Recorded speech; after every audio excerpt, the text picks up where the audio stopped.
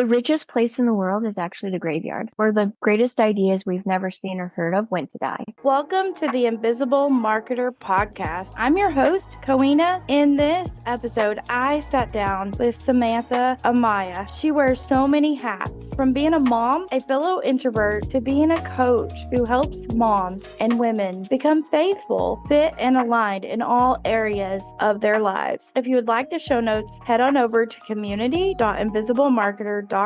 Let's dive on in.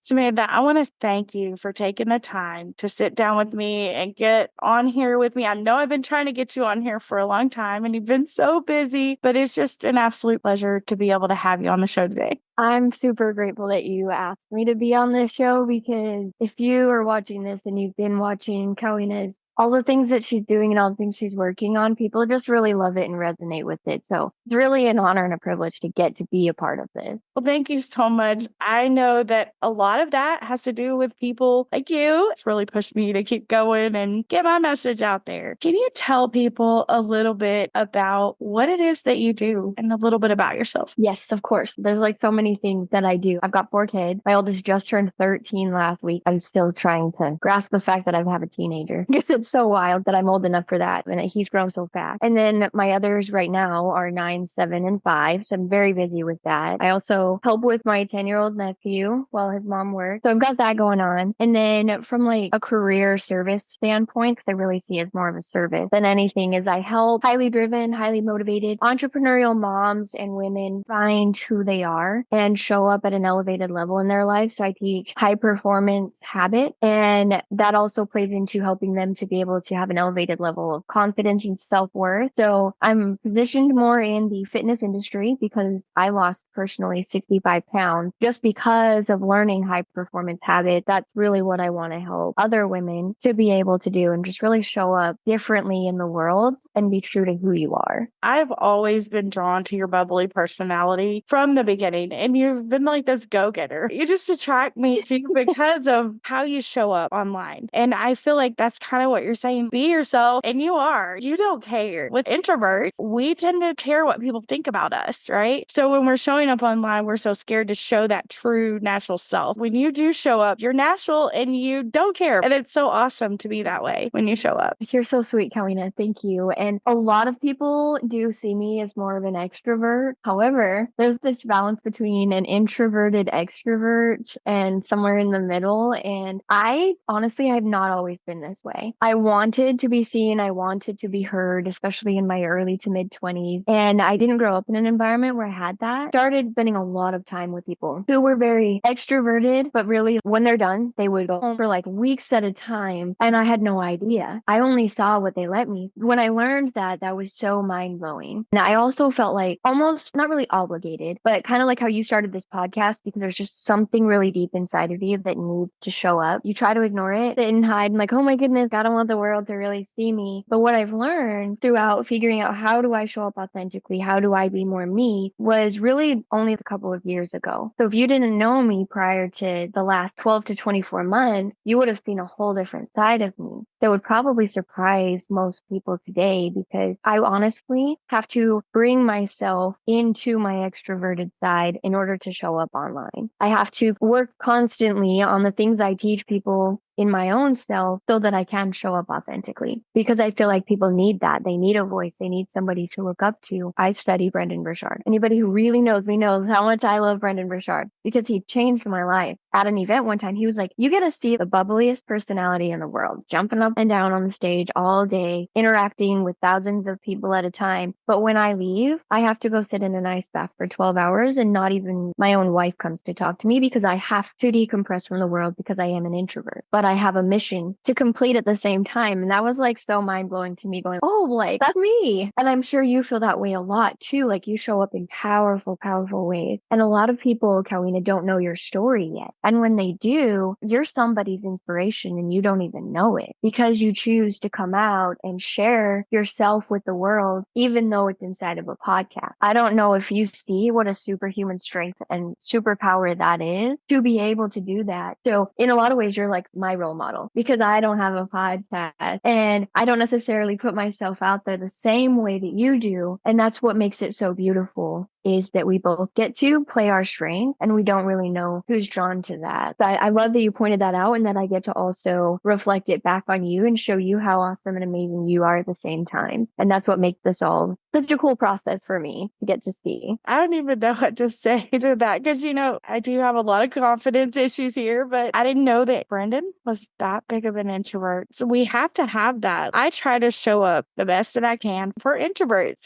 to give them inspiration. So it's great that you see it that way too, because that's exactly what I want to do, is be able to show up and be inspiring and to help others get the courage to be able to go out there and share their voice as well. If any of us could see ourselves the way that other people see us, how much differently would we show up in the world? In spite of lack of confidence, in spite of feeling insecure, in spite of wanting to hide from the world when we choose not to, that's an act of courage. That there's a reason why there's a 10%, a 5%, a 1%. Most of us aren't willing to go outside of how fearful we are and still show up anyway. Everybody that you interview comes to you because you're that 1% showing up for them and saying, I see you, I hear you, and that we need more Cowinas in the world. One thing that we were talking about earlier is that with the podcasting, I get that courage to show up because I know that my whole intent purpose is to be able to share with my audience their message. But it's also helping the audience because I know that the people that I have on the show are going to inspire them and give them tips and strategies to be able to get that courage to go out there and share their message. You mentioned a little bit of like self-confidence issues and like how you're working on that. And we all are. I do too. I have to constantly remind myself of who I am. I am who I am on the inside. And that's what draws people to us. And then the outward appearance, our own self-defeating thoughts. What does that do for your self-confidence because you choose to show up in spite of how you feel? My confidence level was so low before I started the podcast.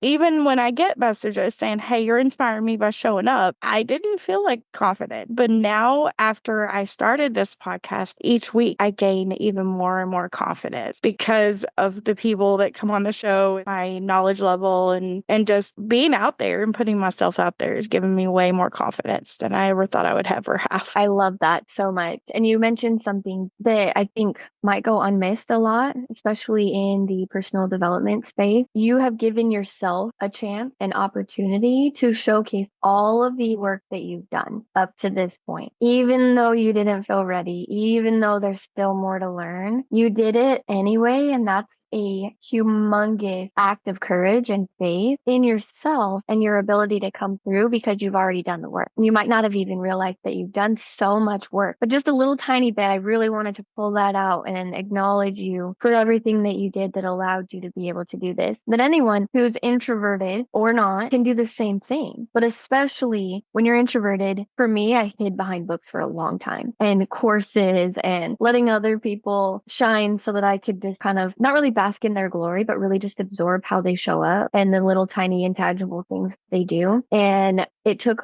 a while for me, probably a decade or more, before I was ready to put myself out there, before I gave myself permission to show up how I am, who I am, exactly as I am in my current phase of life. And you've done that and you're sharing it with us. And I love that. I think that's one of my favorite things about you, Cowina, is that you still know that you have a lot of growth to do, but you're willing to show up anyway. Yeah, absolutely. Everybody starts somewhere, right? We all start at zero. Like everybody has. Russell has, even Tony Robbins. We've heard his story. And Brendan Burchard, I love him too, by the way. And I feel with us sharing our journey, we're inspiring others that may be a step behind us. Each step we take, let's share our lessons of what we've learned and what we've taken away. If it's okay with you, I'd like to take a moment to share something that we've been working on. I've partnered with experts in the podcasting industry to launch the podcast Launchpad. Inside of the Launchpad, you'll find all the resources I wish I had when I started my podcast. Whether you're just starting out or you're looking to take your podcast to the next level, I want to invite you to be one of the first members to access access this exclusive community. So head on over to invisiblemarketer.com/wait to go ahead and get your name on the wait list. This is your opportunity to let us help you launch your very own podcast so that you can get out there and get your voice heard and make an impact. Tech challenges is one thing that I think we should all talk about more, and nobody talks about it. It could be disheartening, especially with the courage it takes you as an introvert to show up. Say you record a video for an hour and you forget to press record, and it's already took you an ample amount of courage to get up there and show up, right? Think of how defeated you feel when you've put all that effort into that hour of recording and nothing's recorded.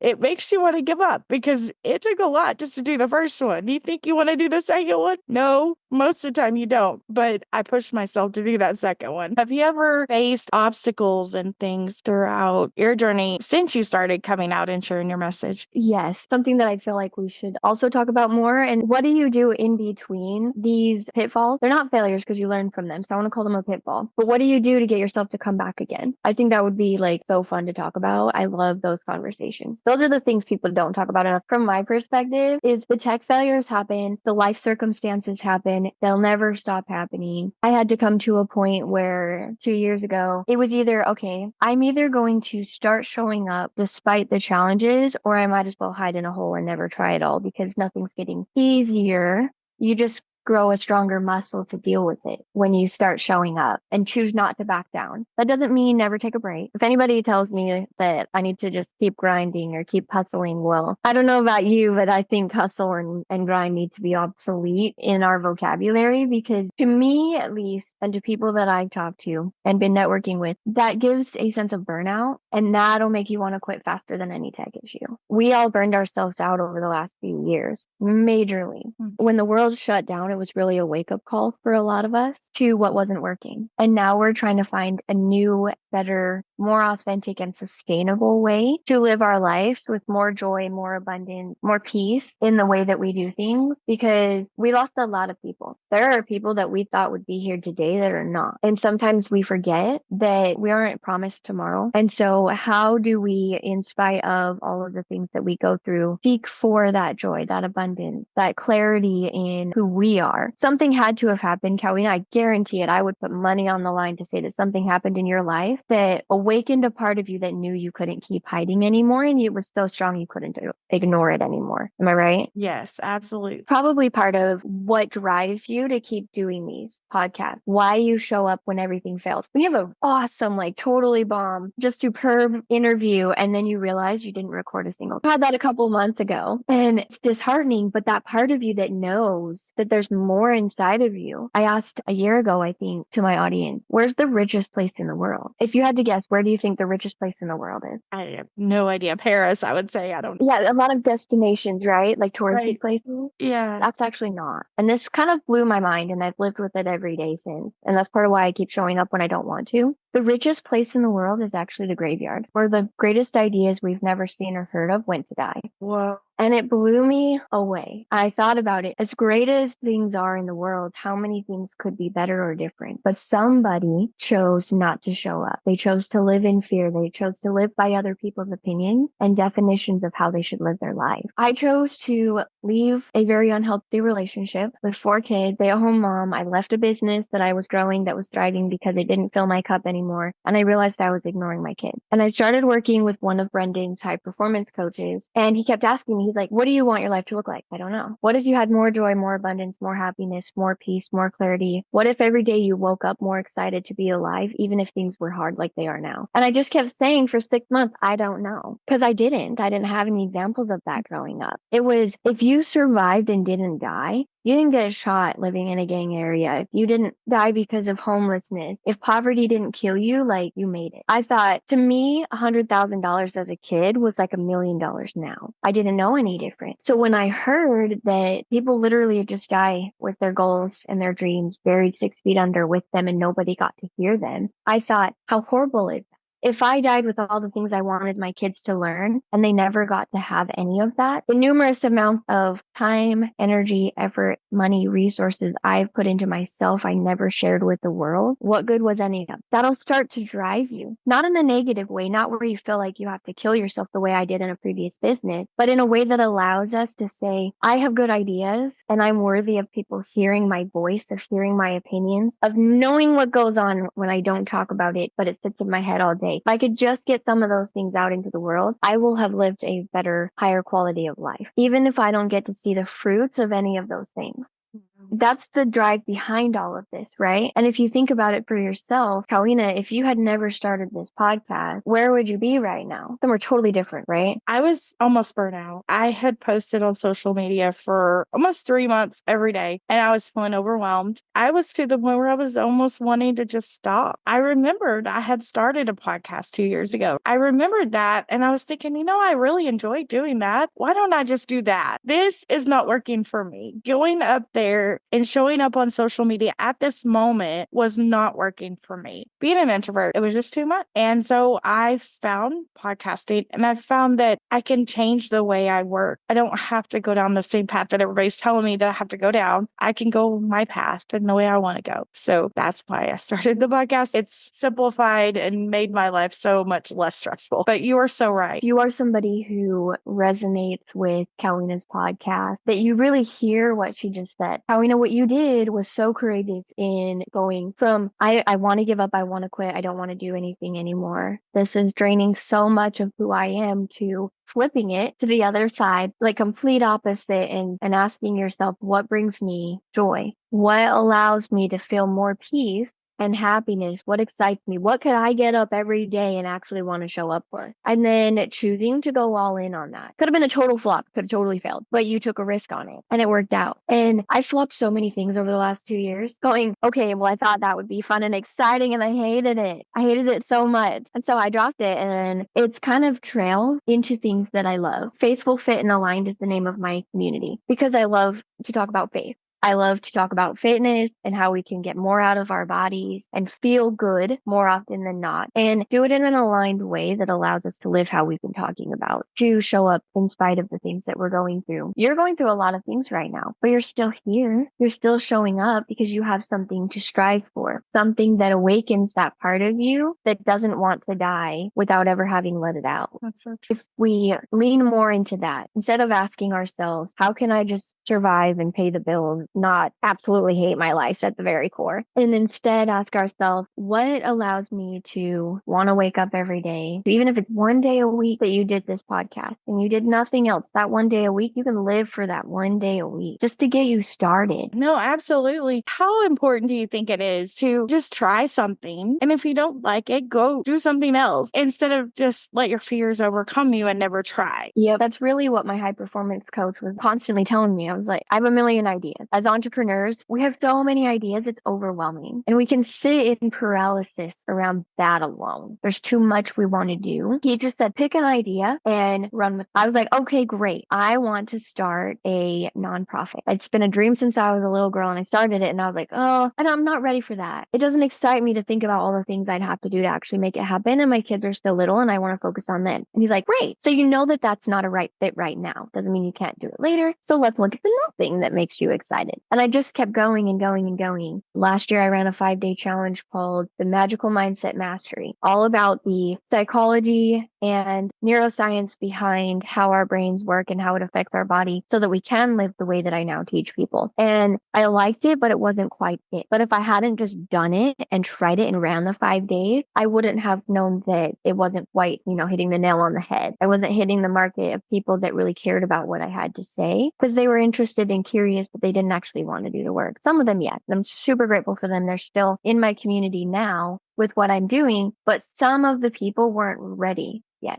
and that's okay. 10 out of 10, just starting something is so critical to figuring out what that thing is for us. I've seen you do several other things before you started the podcast, and you were like, well, I liked it, but I didn't love it. And so then you just kept moving forward. It's never a bad idea to start something and realize that it wasn't it, because if you don't start, then you're never going to get there, which is why I teach people, like, it's like a roadmap. You could do a podcast on a beach.